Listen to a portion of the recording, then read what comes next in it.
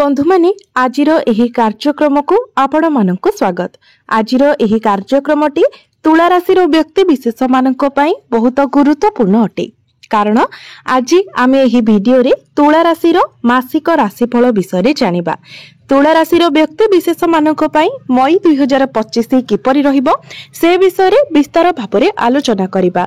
मई मासरे तुला राशि व्यक्ति विशेष मानकर स्वास्थ्य, शिक्षा, प्रेम जीवन, वैवाहिक जीवन, भाग्य, क्यारियर एवं व्यापार वाणिज्यर स्थिति किपरि रहिबो से विषय विस्तार भाव आलोचना करिबा। नवग्रहंकर स्थिति मध्य देखिबा। नवग्रह आपणको केउं प्रकारर फल प्रदान करिबारे सक्षम हेबे। एहा सहित अशुभत्व प्रदान करुथिबा ग्रह मानक पई किछि विशेष प्रतिकार मध्य जानिबा। सेति आपण माने भिडियोटी को स्किप न करी शेष पर्यंत निश्चय देखंतु एवं आपणकर जदि तुला राशि होय थाय तो भिडियोटी को लाइक करी चैनल टी को सब्सक्राइब करि दियंतु। कमेंट बॉक्स रे भक्ति एवं श्रद्धार सहित जय श्री जगन्नाथ निश्चय लिखंतु। तो बंधु माने आसंतु आरंभ करिबा आजिरो एही कार्यक्रम को, जहाकी आपणकर जन्म राशि चंद्र राशि उपरे आधारित अटे। तो बंधु माने राशि चक्रर 12 गोटी राशि मध्यरु सप्तम राशि हेउछि तुला राशि। तुला राशि राष्ट्राधिपति हेउछन्ति शुक्र। तो बंधु माने मई मास आरंभ रे आपणको कुंडलीर षष्ठ भावरे विराजमान रहिबे शुक्र, शनि, राहु एवं बुध। सप्तम भावरे विराजमान रहिबे सूर्य, अष्टम भावरे विराजमान रहिबे देवगुरु बृहस्पति, दशम भावरे विराजमान रहिबे मंगल एवं आपणकर द्वादश भावरे विराजमान रहिबे केतु। तो सर्वप्रथमे आसतु जानि नेबा आपणकर स्वास्थ्य किपरि रहिबो एही मई 2025 रे।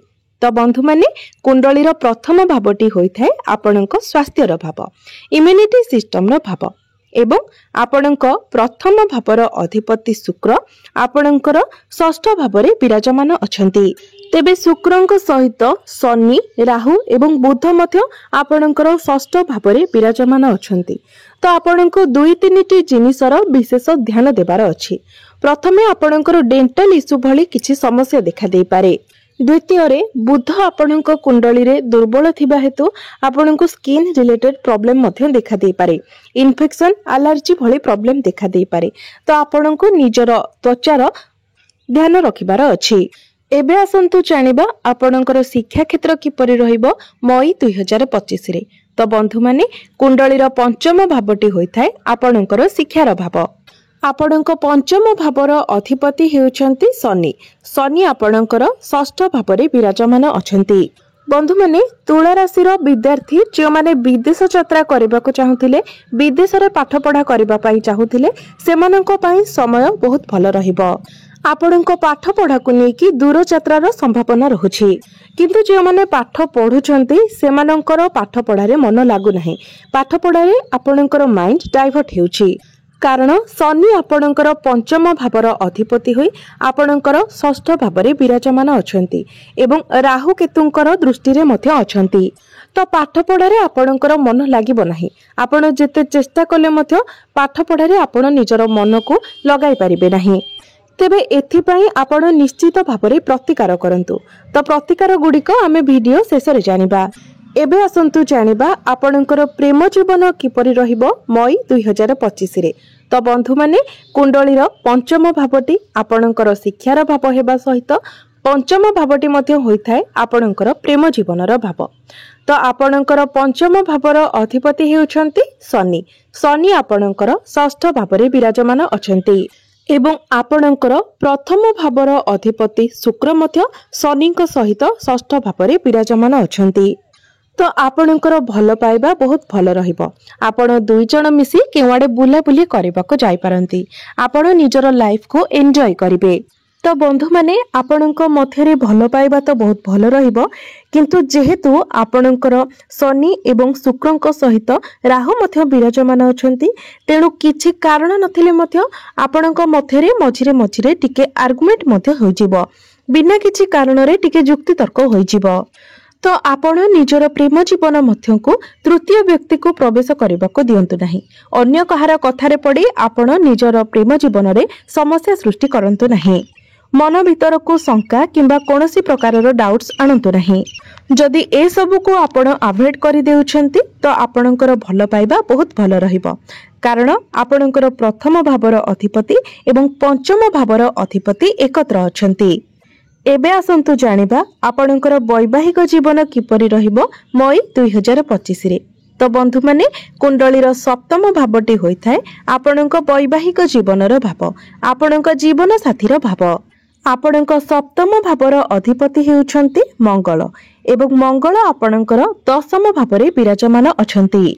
तो आपणकर वैवाहिक जीवन मई मासरे बहुत भल रहिबो।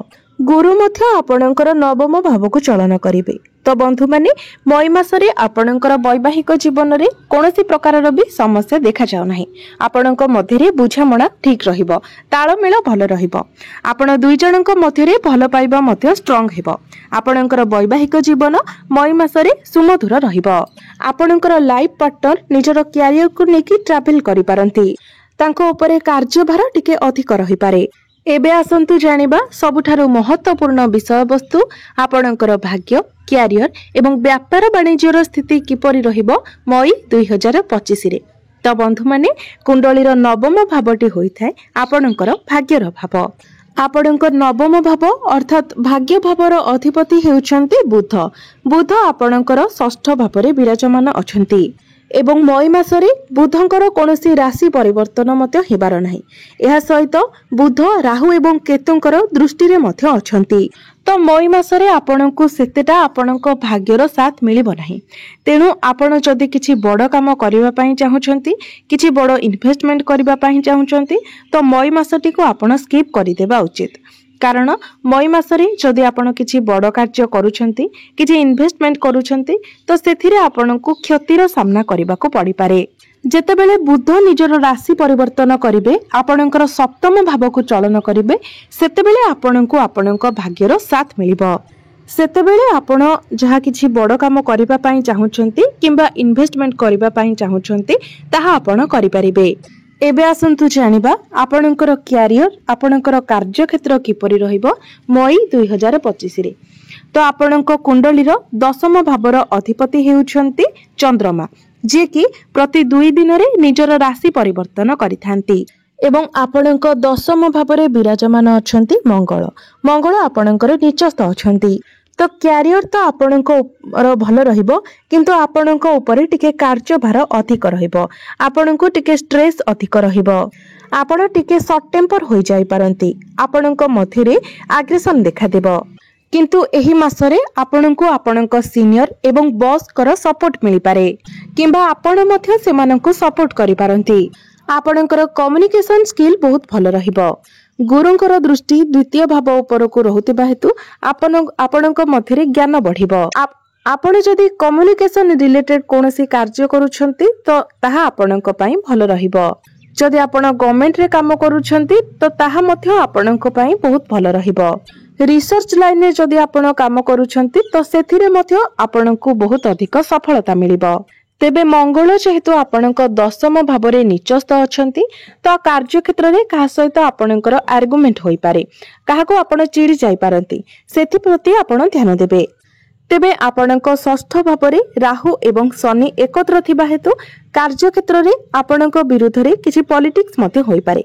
तेबे से सब को मध्य आपणको अवॉइड करिवार अछि, कारण जेते पॉलिटिक्स हेले मध्य आपणक ऊपर तार कोनोसी भी प्रभाव पड़िबो नाही।